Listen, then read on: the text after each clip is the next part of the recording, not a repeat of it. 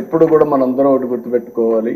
ఉండే వాళ్ళందరం చాలా మంది బాధితులు. ఇంత మునుపు స్పీకర్ గారు ఆ వయసులో ఉంటే ఆయన రాజకీయ అనుభవం కూడా అపారం. 83 నుంచి రాజకీయాల్లో ఉన్నారు. 7 సార్లు ఎమ్మెల్యే అయ్యాడు. అలాంటి వ్యక్తి మీద అటెంప్ట్ రేప్ కేసు పెట్టారు. ఏమన్నా నాకైతే అర్థం కావడం లేదు. ఇప్పుడు ఆయన అదే బ్యూటీ ఆఫ్ డెమోక్రసీ. ఆయన ఇప్పుడు స్పీకర్. అదే మాదిరిగా ఈయన్ని చంపేయాలనుకున్న ఆయన ఇప్పుడు deputy speaker. Can you imagine this? అందుకే ప్రజల్లో ప్రతి ఒక్క విషయాన్ని వాచ్ చేస్తారు. ప్రతి ఒక్క విషయాన్ని వాచ్ చేసి ఎప్పటికప్పుడు ఒక్కొక్కసారి బయట రాలేరేమో గాని అవకాశం వచ్చినప్పుడు మాత్రం సరైన నిర్ణయం తీసుకుంటారని చెప్పి నేను మీకు తెలియజేస్తూ, అహంకారంతో విర్రవీగిన వారికి కాల్చి వాత పెడతారంటారు చూడండి, అదే సరిగా జరిగింది. ఆ రోజు మాట్లాడినప్పుడు వై నాట్ 175 అంటే వై నాట్ 175 కాదు, నీకు ఇచ్చేది 11 అని చెప్పి 11 సీట్లతో గెలిపించారు. ఇంకొక పక్క ఇదే సీట్లో నేను చూశాను, మీ ప్రతిపక్ష స్థానాన్ని తీసేస్తామని చెప్పి హోదా తీసేస్తామని మాట్లాడారు. ఇప్పుడు ప్రజలు ప్రతిపక్ష హోదా కూడా ఇవ్వని పరిస్థితికి వచ్చారు. ఇంకొక పక్కన మనం గుర్తుపెట్టుకోవాల్సింది, ఇవన్నీ కూడా అహంకారం. అలాంటి అహంకారంతో ముందుకు పోతే ఇదే అవుతుంది. నా చరిత్రలో 2 సార్లే ప్రతిపక్ష హోదా అనేది నాయకులు ఇచ్చేది కాదు, ప్రజలు ఇచ్చేది. అంటే ప్రజలు ఓట్లు వేసినప్పుడు 10% సీట్లు గెలిస్తే ఆ గెలిచిన పార్టీకి ప్రతిపక్ష హోదా వస్తుంది. లేకపోతే మెజారిటీ మనం గెలిస్తే మనం ఇక్కడ అసెంబ్లీకి వస్తాం, మెజారిటీ ఉంటే గవర్నమెంట్ ఫామ్ చేస్తాం. అట్లా కాకుండా ప్రతిపక్ష హోదా కావాలి, ఇవ్వకపోతే నేను అసెంబ్లీకి రానని డిమాండ్ చేసే నాయకుడు నా చరిత్రలో ఎప్పుడు చూడలేదు. 45 సంవత్సరాల స్వతంత్ర భారతదేశంలో ఎవరు అడుగుండదు. అంటే మనం గుర్తుపెట్టుకోవాల్సిన ఒక వ్యక్తి యొక్క వ్యక్తిత్వం, ఆలోచన విధానం, డిమాండ్ చేయడం, డిక్టేట్ చేయడం, శాసించడం, ఇవన్నీ కూడా ప్రజాస్వామ్యంలో ఎప్పుడు కూడా ఉండవు. అలాంటి జరిగే పరిస్థితి వచ్చింది. ఎప్పుడు కూడా ప్రజాస్వామ్యాన్ని మనం గౌరవించాల్సిన అవసరం ఉందని చెప్పి కూడా నేను మీకు తెలియజేస్తున్నా.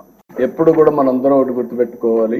ఉండే వాళ్ళందరం చాలా మంది బాధితులు. ఇంత మునుపు స్పీకర్ గారు ఆ వయసులో ఉంటే ఆయన రాజకీయ అనుభవం కూడా అపారం. 83 నుంచి రాజకీయాల్లో ఉన్నారు. 7 సార్లు ఎమ్మెల్యే అయ్యాడు. అలాంటి వ్యక్తి మీద అటెంప్ట్ రేప్ కేసు పెట్టారు.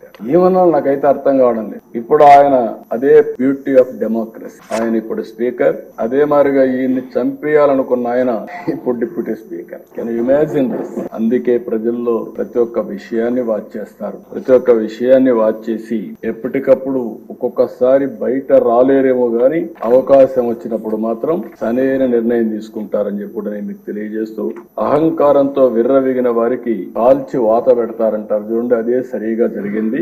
ఆ రోజు మాట్లాడినప్పుడు వై నాట్ 175 అంటే వై నాట్ 175 కాదు, నీకు ఇచ్చేది 11 అని చెప్పి 11 సీట్లతో గెలిపించారు. ఇంకొక పక్క ఇదే సీట్లో నేను చూశాను, మీ ప్రతిపక్ష స్థానాన్ని తీసేస్తామని చెప్పి హోదా తీసేస్తామని మాట్లాడారు. ఇప్పుడు ప్రజలు ప్రతిపక్ష హోదా కూడా ఇవ్వని పరిస్థితికి వచ్చారు. ఇంకొక పక్కన మనం గుర్తుపెట్టుకోవాల్సింది, ఇవన్నీ కూడా అహంకారం.